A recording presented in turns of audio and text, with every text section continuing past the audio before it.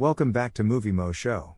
Today we are going to review an action thriller film, Hotel Artemis. If you like our content, don't forget to like and subscribe. We upload multiple times daily. Spoilers ahead. California, June 21, 2028. Over the city, a violent riot has broken out.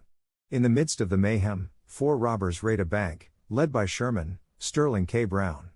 Before they can access the vault, they must escape, but Sherman's brother Lev, Brian Tyree Henry, manages to steal what seems to be a regular pen from a teller.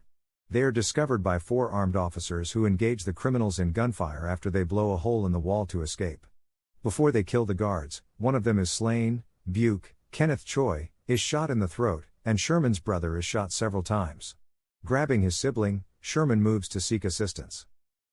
The burglars visit Nurse Jean Thomas, Jodie Foster, Hotel Artemis, a covert facility for criminals. With their membership chips inserted, Sherman and his brother scan their wrists, but Buke is turned away because his won't scan.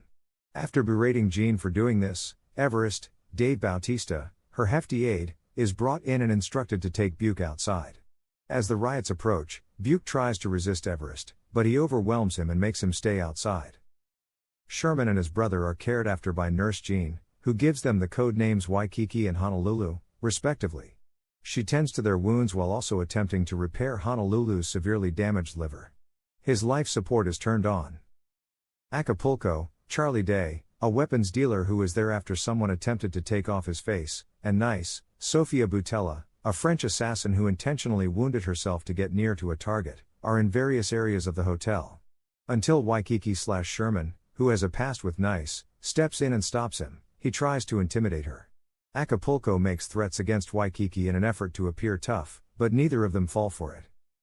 A man named Crosby Franklin, Zachary Quinto, calls Nurse Jean and insists that she cure his father, the hotel's owner. Nurse Jean agrees. He is traveling with the man, accompanied by his thugs, so that he can receive medical attention. Everest is continuously turning the power back on as a result of the power grid continuing to go out as a result of how the government are managing the rioting. A police officer named Morgan, Jenny Slate, is outside the hotel pleading for help and calling out to Jean as Mrs. Thomas as the disturbances intensify and get more violent. Everest attempts to convince Jean not to let her in, but Jean thinks Everest might know Morgan. When Jean shows Morgan a framed picture of a little kid outside, Morgan recognizes the youngster as Beau.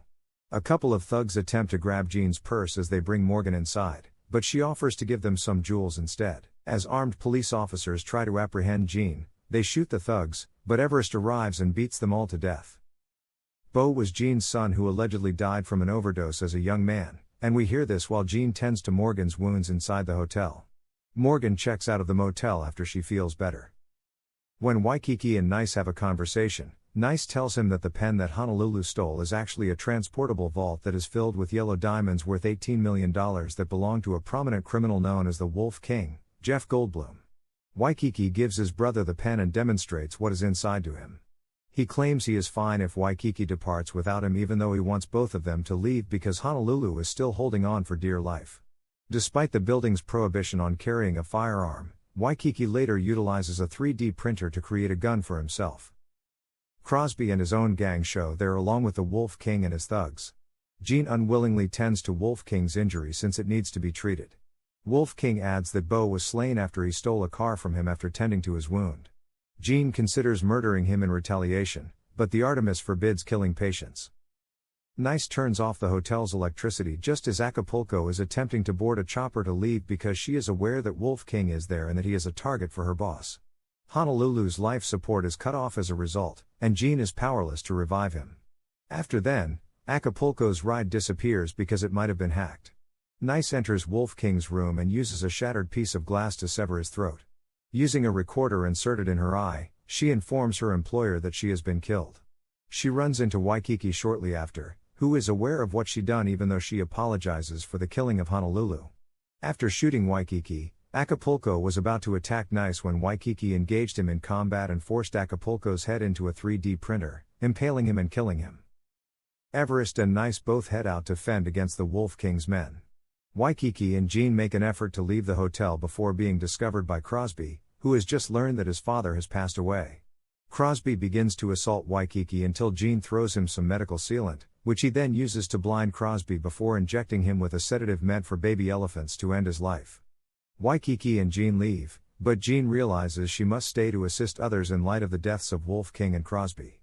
Before departing on his journey to Vegas at a new hotel called the Apache, Waikiki part ways amicably with her. After escaping the Wolf King's horde, Everest returns to the Artemis and turns on the lights as Jean enters.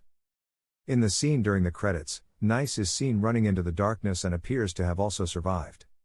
Give something to this page. Thank you for watching and don't forget to like and subscribe.